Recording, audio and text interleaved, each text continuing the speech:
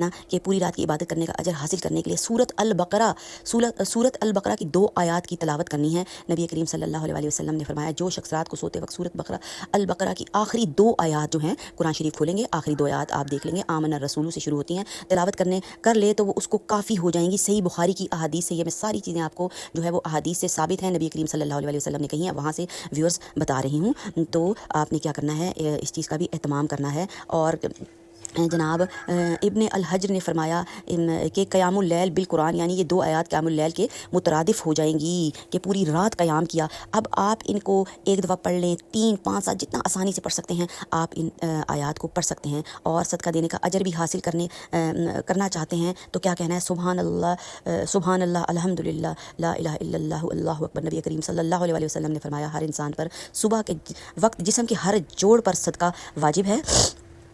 تو اس کے لیے اگر ہم کہتے ہیں سبحان اللہ والحمدللہ ولا الہ الا اللہ واللہ اکبر، تو ہر تسبیح صدقہ ہے، الحمدللہ کہنا صدقہ ہے، لا الہ الا اللہ کہنا صدقہ ہے، اللہ اکبر کہنا صدقہ ہے۔ اور جو ان تسبیحات کے ساتھ صحیح یعنی چاشت کی 2 رکعات بھی ادا کر لے وہ اس کے لیے کافی ہو جائیں گی۔ صحیح مسلم کی احادیث سے یہ پارٹ ویورز آپ کو بتا رہی ہوں۔ پہاڑ جتنا اجر حاصل کرنے کے لیے کھجور صدقہ کیجئے، پہاڑ جتنا اجر حاصل کرنا ہے تو ویورز کیا کرنا ہے، کھجور کا صدقہ کرنا ہے۔ نبی کریم صلی اللہ علیہ وسلم نے فرمایا جو اپنی حلال کمائی سے 1 کھجور کے برابر صدقہ کرے، اللہ تعالیٰ صرف پاک مال کو قبول کرتا ہے۔ اب آپ یہ بھی دیکھ لیں، اس چیز پر بھی یہ بات بھی بہت ہی زیادہ